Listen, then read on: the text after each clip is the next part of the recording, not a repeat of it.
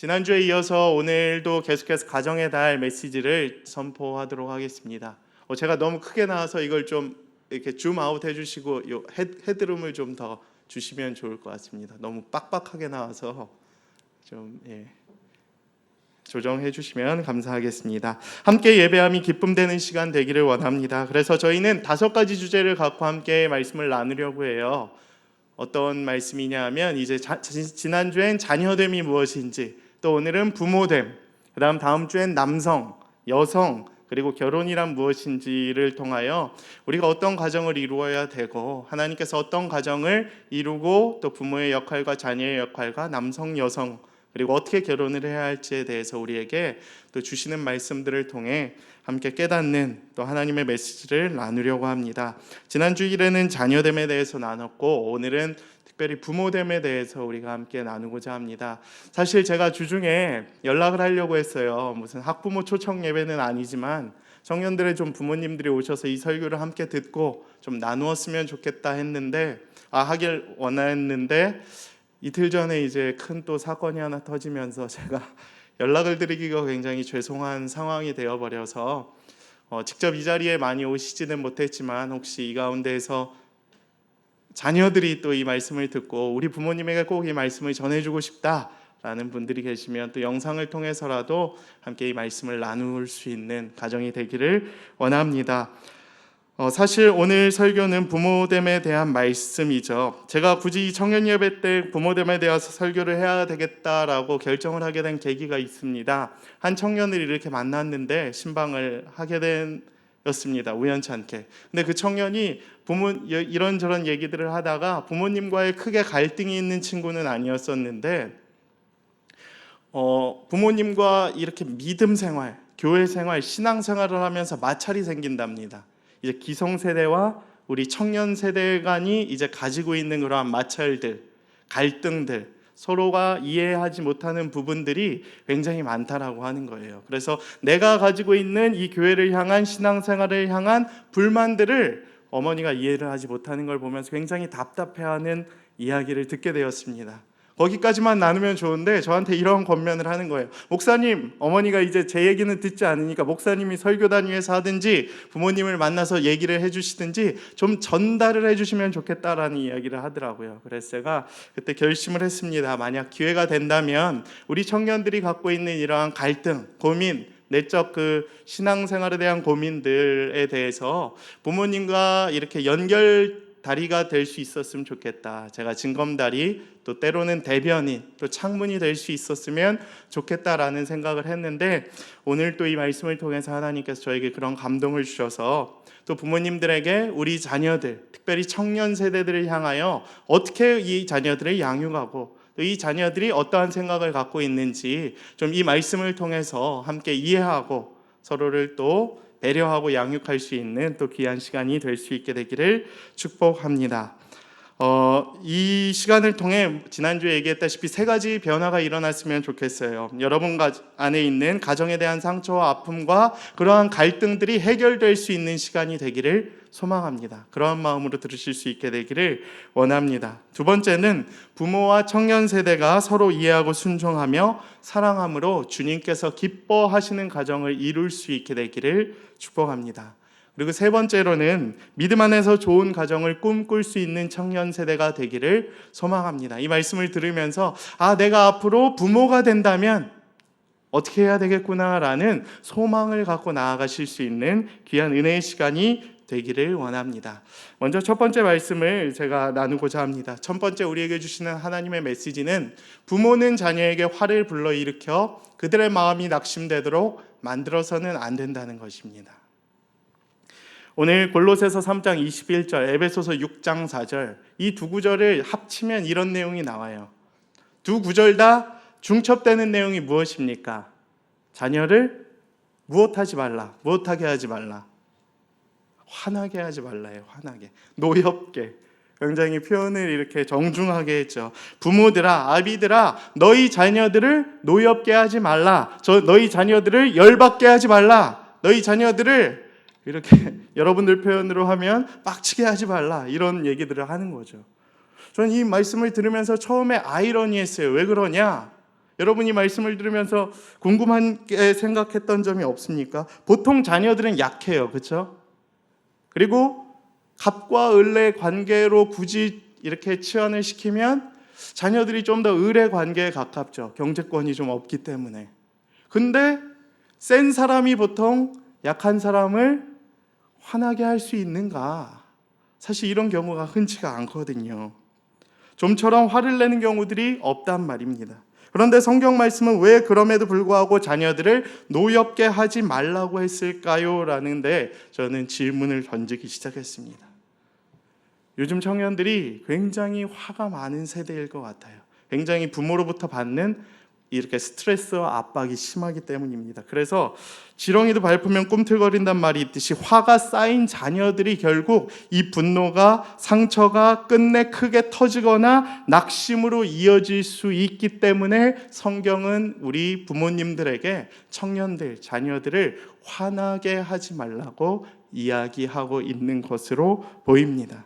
가뜩이나 기죽어 살아가고 있는 청년들이 숨을 쉬고 어디 하소연할 것도 없는데 어디 화를 터뜨릴 것도 없는데 자꾸 부모님은 압박을 주고 화를 내게 만든다라는 것입니다.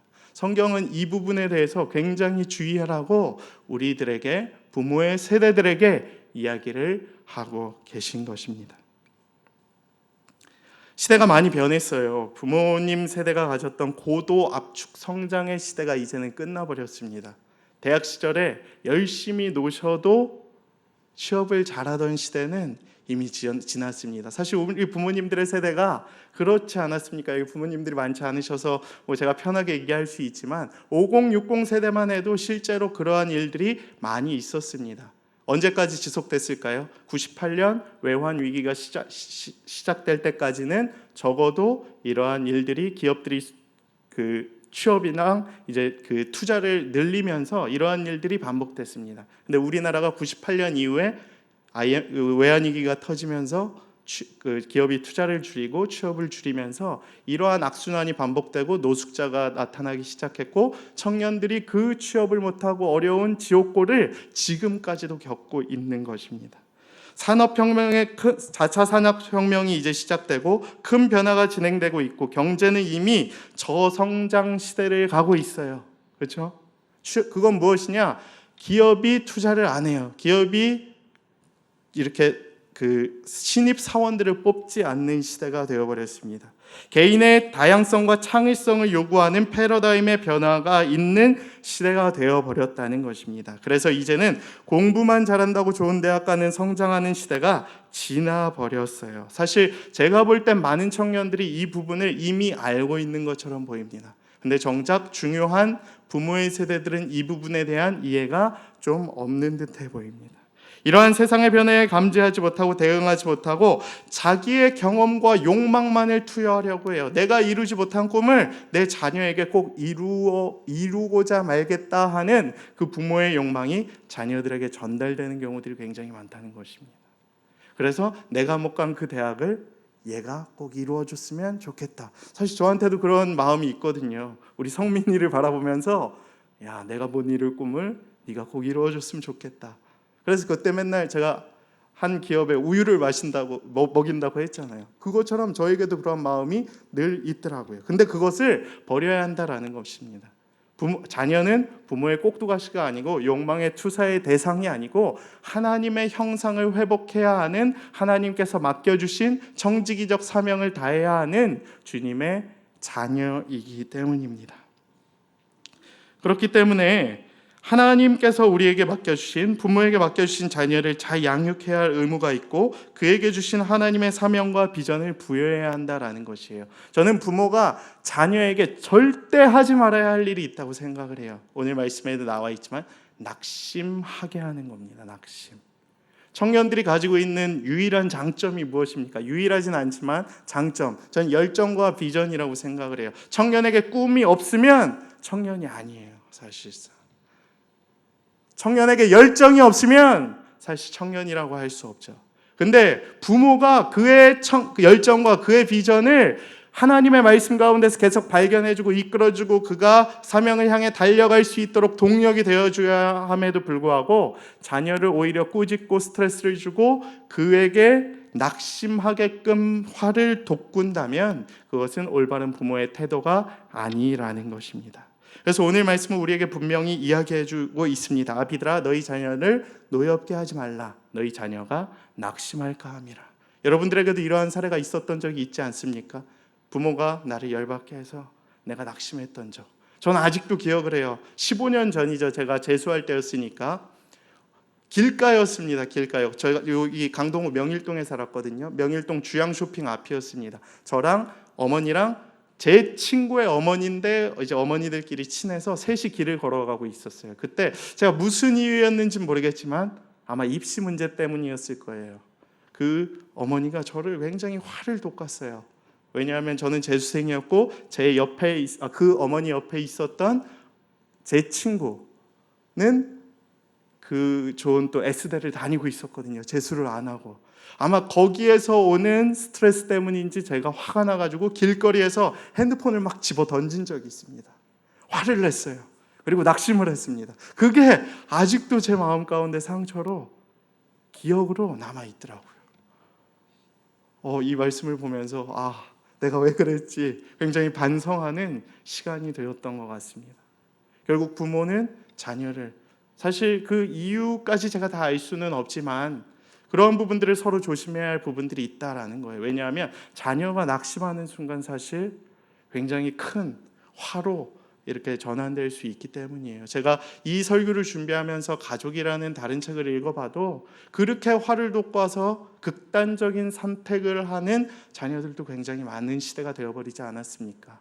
결국 부모님들이 이 부분을 주의해 주셔야 한다라는 것입니다. 그러면 어떻게 양육을 해야 될까? 바로 두 번째 메시지에 나타나 있습니다.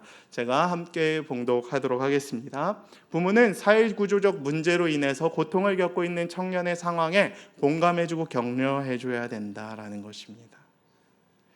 그러니까 화를 돋구지 말고 구조적 문제로 고통과 아픔을 겪고 있는 청년의 세대의 자녀들을 공감해주고 격려해줘야 된다라는 거예요. 누군가는 지금 생각할 수도 있죠. 그깟 공감과 격려가 무슨 힘이 될 수 있겠느냐? 힘이 될 수 있다라는 것입니다. 사실 그 트렌드 리포트라는 청년 트렌드 리포트라는 책에도 청년들이 부모와 기성세대와 교회에 바라는 점이 실질적인 물질의 도움이 아니라 실질적으로 어떻게 취업을 하기를 길을 인도해달라는 것이 아니라 교회가 부모가 기성세대가 우리 세대를 향하여 이해해주고 공감해주고 격려해줘야 된다라는 의견이 70%가 넘었어요. 오히려 실질적으로 물질, 복지, 학자금 지원, 장학금 이런 거는 10% 정도밖에 안 됐습니다. 청년들이 원하는 것이 결국 그거라는 거예요. 혹시 부모님들 중에서 청년 자녀들이 목사님 저랑은 도무지 얘기를 하려고 하지 않아요. 우리 누구누구가 저랑은 얘기하려고 그러지 않아요. 이러시는 경우들이 있지 않습니까? 이걸 잘 파악해야 된다는 거예요. 청년들이 무엇을 원하고 어떤 것을 공감해 주길 원하는지 포인트를 잡으셔야 한다는 겁니다. 부모가 자녀에게 해줄 수 있는 가장 큰 역할이 무엇이 있을까요? 결국 청년들이 바라는 것을 해줘야 되는데 바라는 것이 무엇이냐? 적극적으로 공감하고 격려해 줘야 된다는 것이에요. 부모님들이 많이 착각을 하는 것 중에 하나가 그냥 아이들의 경우도 그렇고 애들이 힘들다 그러고 청년들이 힘들다 그러고 그러면 대화를 하고 가까이 다가가고 그들의 고민을 들어줘야 하는데 야 나갈까? 돈 줄까? 이거 사줄까? 이런 식으로 대충 때우는 경우들이 너무나도 많다라는 것이에요. 아이들의 경우도 마찬가지고요. 그리고 그들을 향한 공감보다는 섣부른 판단. 네가 그래서 그래. 너가 기도 안 해서 그래요. 너가 교회 잘 안 나가서 요즘에 그렇게 벌 받는 거야. 교회 잘 나가봐. 하나님께서 좋은 짝 주실 거야. 이렇게 얘기하는 경우들이 많다는 거예요. 그 정답 제시하는 경우. 여러분이 흔히 얘기하는 꼰대와 라떼 사상이죠. 나 땐 말이야 이랬는데 너 땐 왜 이렇게 못하냐. 시대가 변했다니까요. 시대가 변했어요. 그때는 먹히는 시대였는데 지금은 아무리 노력해도 안 되는 시대가 될 수 있다는 말입니다. 그래서 어른들은 마치 그들의 현실적인 아픔과 모든 문제에 대한 정답을 갖고 있다는 인상을 청년들에게 주고 있어요. 여러분들 자녀에게 여러분들의 모습이 정답을 갖고 있는 양 보여질 수 있고, 그것이 방해물이고 장애물이고 거대한 장벽, 대화와 소통의 단절로 이어질 수 있다는 사실을 반드시 기억하실 수 있었으면 좋겠습니다. 제가 청년들을 신방하잖아요. 그렇죠? 이번에도 드라이브스루를 통해 많은 청년들을 만나고 있는데, 청년들을 만나면서 어느 날은 신방을 굉장히 잘했다라고 느껴지는 경우가 있어요. 되게 오늘 기분 좋았어. 얘랑은 대화가 잘 됐어. 근데 어떤 날은 막 가슴이 탁 막히는 날도 있고, 오늘 신방은 왜 한 거지? 뭐 한 거지? 막 이러는 경우도 있어요. 그 기준이 저는 무엇으로 잡느냐? 바로 제가 말을 많이 한 날은 신방을 잘했다라고 생각하지 않아요. 저는 죄송합니다. 어떤 청년을 만났을 때는 제가 말을 더 많이 한 경우도 있는데, 근데 그 청년이 저보다 말을 훨씬 더 많이 한 날은 제가 듣기만 했는데도 저는 오늘 신방 굉장히 잘 이끌어주고 잘 했구나라고 나름대로 이렇게 단정을 짓습니다. 그 관련된 예화된 사진을 제가 좀 보여주려고 하는데, 혹시 보이시나요? 제가 이 짝이란 프로그램을 굉장히 좋아했어요. 이게 제가 결혼할 수 있도록 만들어준 좀 귀한 프로그램인데, 이 둘이 데이트를 했었습니다. 데이트. 저 형제와 저 자매가, 저 6번 형제 남자와 5번 자매가 데이트를 했어요. 근데 형제는 본인이 데이트를 되게 잘했다라고 생각을 합니다. 저기 나와 있죠. 이분 참 좋은 분이구나. 오늘 데이트 잘했구나. 잘 될 것 같다라는 희망을 갖고 있습니다. 근데 저 자매는 지금 뭐라고 하고 있습니까? 뭐라고 하고 있죠? 저기 본인 이야기를 정말 많이 했어요. 저에게 질문을 던지지는 않고 그냥 혼자 계속 얘기만 하더라고요. 저는 그냥 듣다가 왔습니다. 그렇게 썩 기분이 좋거나 좋았던 데이트는 아닌 것 같습니다. 서로의 원하는 게 이렇게 다르다는 거예요. 누구는 말을 계속 쏟아내요. 공감해줘야 되는데 자기 할 말만 하는 거예요. 들어줘야 되는데 누군지 알아가야 되는데 내가 누구인지만 어필을 하는 이러한 시대들. 부모님이 혹시 자녀와 대화를 할 때 이런 실수를 범하고 있지 않습니까? 자녀의 얘기를 들어주고 자녀의 아픔을 들어주고 그것을 공감해주고 그것에 대한 해결책을 줘야 되는데 듣지도 않고 나 땐 말이야 이랬어. 너 땐 말이야 너 이렇게 하면 좋을 것 같은데 이거 해. 이렇게 정답을 주고 제시를 해버리니까 자녀들은 그러한 대화의 방법에 단절을 해버린다라는 거예요. 우리 부모님하고 말이 안 통해. 대화하기 싫어. 이러한 얘기들을 한다라는 것이에요. 요즘에 좀 이렇게 나름 굉장히 뜨는 찬양이 있습니다. 위러브라는 찬양 팀의 이제 하나의 찬양인데, 찬양 제목이 공감하시네입니다. 지금 이따 설교 후에 찬양할 거고요. 지금은 그냥 제가 읽어만 드리겠습니다. 주님이 우리의 아픈 마음을 아시네.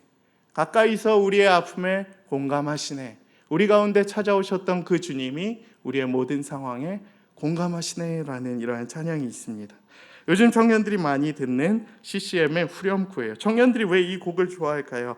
당연히 그들이 마주한 현실이 녹록지 않기 때문일 거예요. 교회 와도 답이 안 나와요. 교회 와도 마음이 안 편한 경우들이 많아요. 교회에 와서 누구를 만나고 예배를 듣고 설교를 드려도 뚫리지 않고 해결되지 않고 하나님의 응답을 느끼지 못하는 경우들이 있다라는 것입니다. 근데 이 찬양을 들을 때마다 왠지 하나님이 나의 어려운 상황에 공감해 주시는 것 같아서 위로가 되는 경우들이 많다라고 하더라고요. 조금만 참으면 좋은 날이 올 거야 라는 위로는 이제 전혀 통하지 않는 시대가 되어버렸어요. 그냥 막 버티잖아요, 우리는. 그렇죠? 그래서인지 이 곡은 지금의 어려움이 확 바뀔 거라는 기대는 그렇게 많지 않은 것 같아요. 이미 우리는 기다려봐도 오래 걸리는 걸 경험했고 수많은 시행착오를 겪었기 때문에. 그러나 성공하지 못하고 이루어지지 못하고 원하는 바가 응답받지 못할지라도 그게 중요한 게 아니라 주님이 우리의 아픔과 우리의 상황을 이해해 주시고 공감해 주시는 것 자체가 나에게 큰 힘이 된다라는 이야기들을 많이 하는 것을 제가 느끼게 되었습니다. 오히려 지금의 현실적 고통에 찾아오셔서 공감하시는 주님의 은혜가, 주님의 믿음이, 주님을 향한 믿음이 이들 청년 가운데 있다라는 사실을 깨닫게 되었습니다. 자녀들의 삶에 고통의 문제에 명쾌한 답을 제시하는 것만이 부모의 역할은 아니라는 거예요. 자꾸 우린 답을 제시해 주려고 하죠. 그렇죠? 근데 정답은 이미 청년들도 알아요. 자녀들도 알아요. 어떻게 해야 되는지, 내가 무엇을 잘하는지 이미 알아요. 근데 왜 해도 안 되니까 문제인 거지. 그래서 우리는 이 점에서 부모의 세대들은 욥과 그 친구들의 대화를 기억을 해야 해요. 욥과 친구들이 어땠습니까? 욥이 까닭 없는 그 고난을 당할지라도 잘 버티고 기도하고 있는데 자꾸 친구들이 가서 시비 걸지 않습니까? 야, 너가 뭐 그렇게 해서 지금 그 고난을 겪고 있는 거야. 이렇게 해봐. 너 달라져야 돼. 너 더 기도해야 돼. 너가 정말 좋은 신앙을 가졌다면 네가 그렇게 됐겠어? 이런 것들을 우리가 반면 교사로 삼아야 된다라는 거예요. 청년들이 몰라서 못하는 게 아니라는 거예요. 해도 안 되니까 문제인 거지. 구조적인 문제에 의해서. 실질적으로 5060 세대가 은퇴를 안 하는데 우리가 그 취업시장을 어떻게 비집고 올라갈 수 있겠습니까? 현실적으로 그건 논리적으로 말이 안 되죠. 청년들에게 욥의 친구들과 같은 역할을 하고 있는 건 아닌지 우리가 점검을 해봐야 된다라는 거예요. 청년들에겐 부모와 어른들의 훈수가 아니라 진정한 공감과 격려가 필요할 것입니다. 저는 그 공감의 장으로 우리 부모님들을 초대합니다. 청년의 세대와 함께 해주십시오. 이 영상을 보시는 모든 분들, 우리 자녀들에게 함께 해주실 수 있는 시간을 좀 더 늘리실 수 있게 되기를 원합니다.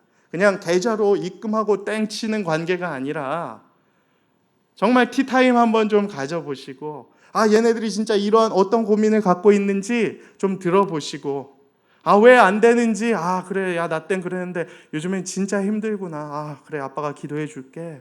이러한 한마디라고 또 건네줄 수 있는 관계가 되실 수 있게 되기를 축복합니다. 제가 존경하는 우리 사무실에 있는 박피 무슨 목사님이 이제 그 카카오 스토리에 이러한 그 사진을 적어 놓으신 게시한 적이 있습니다.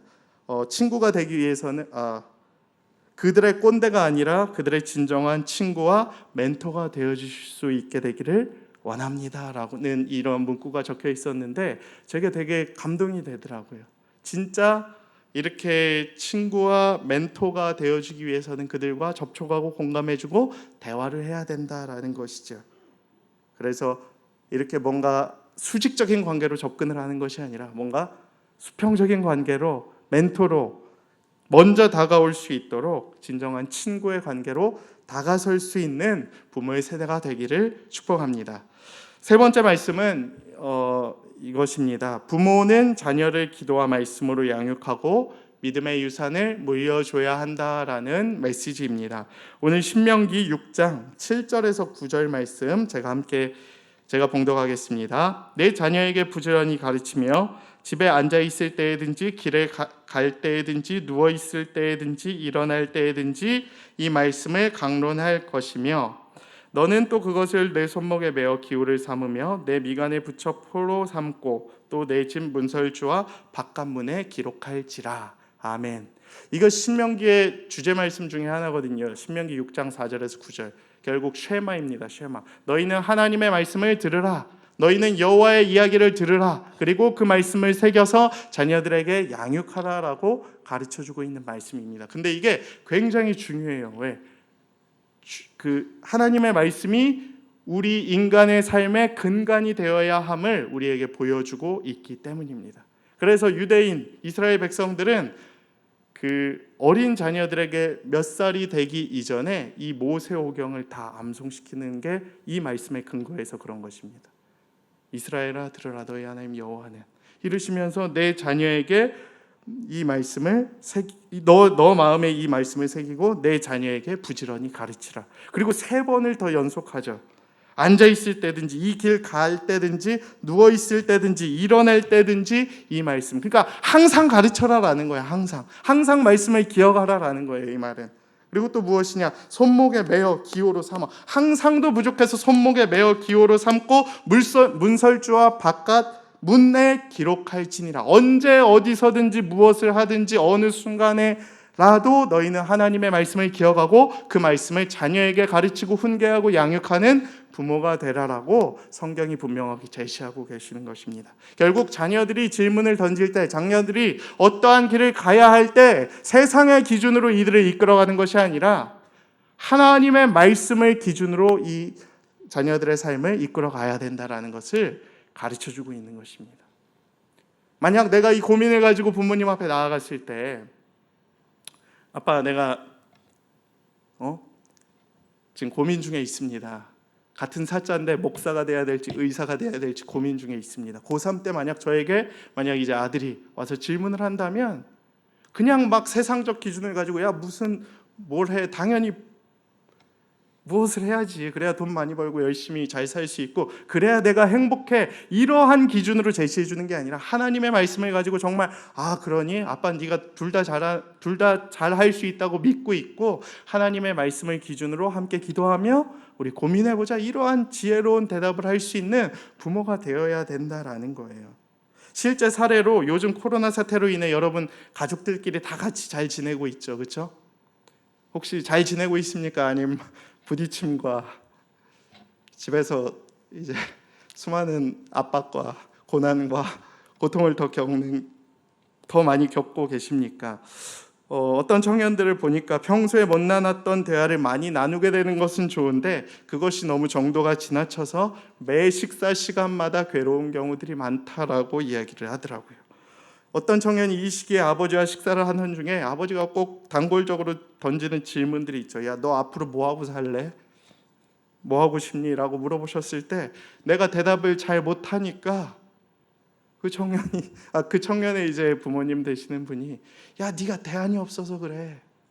너 앞으로 어떻게 살 거야? 이제 꾸지람이 시작되시는 거죠. 얼마나 또 속상하셨으면 그랬겠냐마는 참 지혜로운 방법은 아니라고 생각을 하죠. 청년 세대들이 다소 느리게 걷더라도 포기하지 말고 스스로 일어서고 걸어갈 수 있도록, 설령 그 길이 늦어지고 돌아가고 설령 좋은 길이 아니더라도 세상적인 기준으로는 좋은 기준이 아닐지라도 그것을 격려해 주는 것이 부모의 역할 아니겠습니까? 저도 지금 되돌아보면 그래요. 20대 시기가 굉장히 길었죠. 저를 보면서 우리 부모님들도 얼마나 답답했겠습니까? 쟤는 뭐 하는 애지 도대체? 제가 봐도 답답한 거, 쟤는 뭐지? 여러분 표현으로 막 이런 생각이 많이 들겠더라고요. 근데 29살 때 결단을 하고 그렇게 느린 것처럼 돌아간 것처럼 보였지만 하나님께서 붙드셨을 때에 하나님의 길대로 가는 것을 보면서 인생이 이런 것이구나 라는 것을 깨닫게 되었습니다. 여러분의 삶도 마찬가지예요. 설령 세상이 우선시하는 길로 가게 되지 못할지라도 그것이 정말 하나님의 말씀 앞에 비추어 봤을 때 옳은 길이고 지혜로운 길이고 하나님께서 기뻐하실 길이라고 한다면 당당하게 걸어가면 되는 것입니다. 그리고 부모는 그것을 격려하고 공감해주고 이렇게 잘 나갈 수 있도록 힘을 북돋아 줘야 하는 것이 부모의 역할이라는 것입니다. 세상의 기준으로만 따라가면 다 세상의 기준에 부합하는 인생만 되는 것이 정말 옳은 인생이 되겠죠. 그런데 성경은 그렇게 가르쳐주고 있지 않다라는 것입니다. 요즘 시대가 어떻습니까? 부모의 경제력과 부모의 재력이 자녀의 인생의 방향을 어느 정도 좌지우지할 만한 시대가 되었어요. 그것은 저는 불공평과 불공정의 시대라고 정의를 해보게 됩니다. 얼마나 불공평하고 불정의한 시대입니까? 누군가는 부모의 재력이 약하다고 해서 인생이 이쪽으로 가고 어느 누군가는 그냥 부모 재력이 강하다고 해서 현대판 음서제도라고 그러죠. 사법고시 하는 친구들한테 물어보니까 어떠한 경우들은 그러한 경우들이 되게 많다라고 하더라고요. 우리 사회의 부조리와 부정의한 모습들입니다. 근데 그것이 그 사람의 인생을 결정짓는다라고 한다면 그것은 옳지 않다라는 거죠. 근데 성경은 거기에 대해 부정하는 이야기들을 계속 해주기 때문에 우리는 늘 희망을 가지고 때로는 돌아갈지라도 때로는 느리게 갈지라도 끝까지 포기하지 않고 달려갈 수 있게 되는 것입니다. 이스라엘 백성이 그랬잖아요. 광야에 40년을 돌았습니다. 40년. 10하루길이면 갈 길을 40년을 돌았어요. 혹시 여러분들 중에서 지금 2년 만에 취업할 것을 15년 걸리고 있는 친구들이 있습니까? 그 정도는 안 걸릴 수도 있겠죠.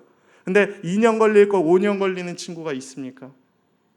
여기는 열하루를 40년 걸렸다니까요. 40년. 저도 1년이면 갈 걸 10년 걸렸어요. 10년. 하나님의 기준이 그렇다고, 하나님의 카이로스적인 시간이 그럴 수 있다라는 것입니다. 그런데 그 순간에 하나님께서 이스라엘 백성과 늘 함께 하셨다는 사실을 우리는 기억해야 합니다.